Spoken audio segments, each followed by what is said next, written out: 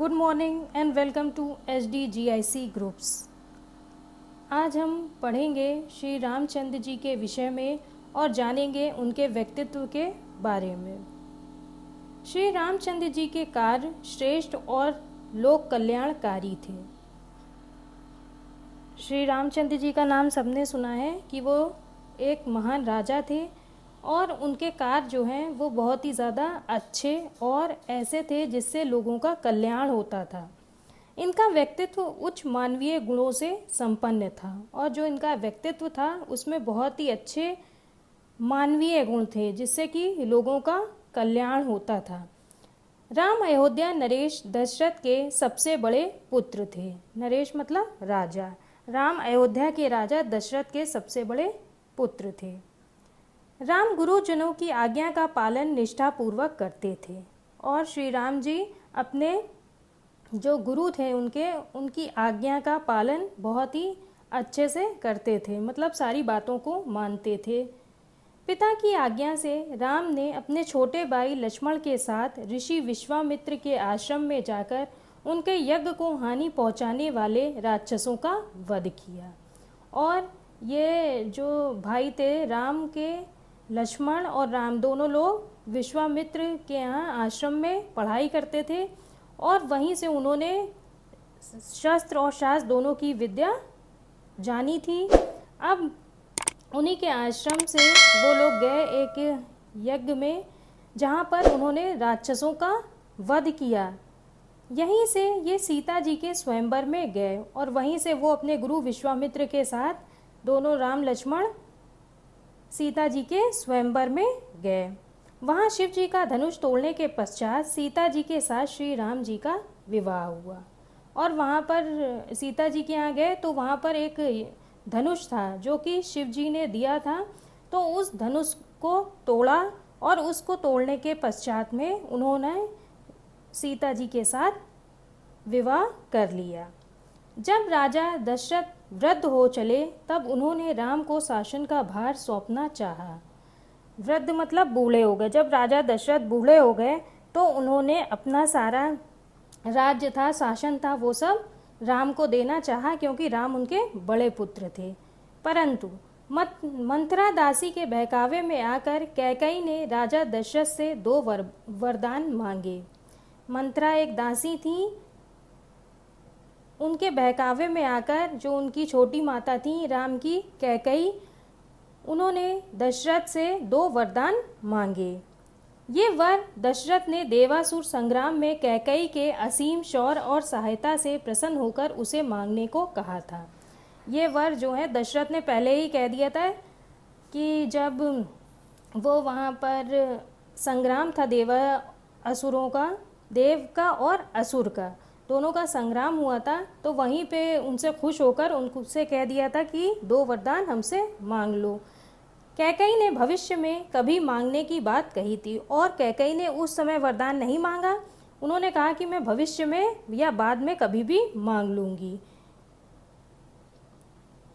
उसने पहले वर में अपने पुत्र भरत के लिए राजगद्दी और दूसरे में राम के लिए 14 वर्ष का वनवास मांगा। तो कैकेयी ने क्या किया, अब वर मांगा और उसमें पहला वर जो था वो था कि अपना जो पुत्र था उनका भरत, उसको क्या दिया जाए, सिंहासन दिया जाए, उसको राजगद्दी दी जाए और राम के लिए 14 वर्ष का वनवास मांगने को कहा। श्री राम सीता और लक्ष्मण के साथ वन चले गए। तो ऐसा होते ही क्या हुआ, श्री राम, सीता माता और लक्ष्मण तीनों लोग वन चले गए। उनके वियोग में दशरथ जी स्वर्ग सिधार गए और अपने पुत्र के वियोग में दशरथ जो थे वो स्वर्ग सिधार गए। वन में श्री राम की पत्नी सीता का रावण ने छल पूर्वक अपहरण कर लिया और जब वो वन चले गए तो वहाँ पर रावण ने छल से, चालाकी से क्या किया, सीता जी का अपहरण कर लिया, यानी कि उनको बंदी बना लिया। श्री राम अपने भाई के साथ सीता की खोज में निकले। श्री रामचंद्र जी वन में ढूंढने के लिए सीता को निकले। फिर इन्होंने सुग्रीव, अंगद, हनुमान आदि की सहायता से सेना तैयार कर रावण को परास्त किया। फिर वन में इन्होंने किससे सहायता ली? भगवान ने सुग्रीव की सहायता ली, अंगद की, हनुमान की, इन सब की सहायता से एक सेना तैयार की और उस सेना के साथ लड़कर रावण को परास्त किया, मतलब कि रावण को हरा दिया और विजय पा ली। 14 वर्ष का वनवास पूरा कर सीता और लक्ष्मण के साथ श्री राम जी वापस अयोध्या आए। जब ये अवधि पूरी हो गई 14 वर्ष के वनवास की, तो सीता जी और लक्ष्मण के साथ श्री राम जी वापस अयोध्या आ गए। श्री राम के ने शासन की उत्तम व्यवस्था की और श्री रामचंद्र जी ने अपने शासन की, अपने राज्य की अच्छी व्यवस्था की। इनके राज्य में जनता सुख और आनंद से जीवन व्यतीत करती थी। राम राज्य बहुत ही अच्छा राज्य था, जिसमें जितनी भी जनता थी वो सुख और आनंद से अपना जीवन व्यतीत करती थी।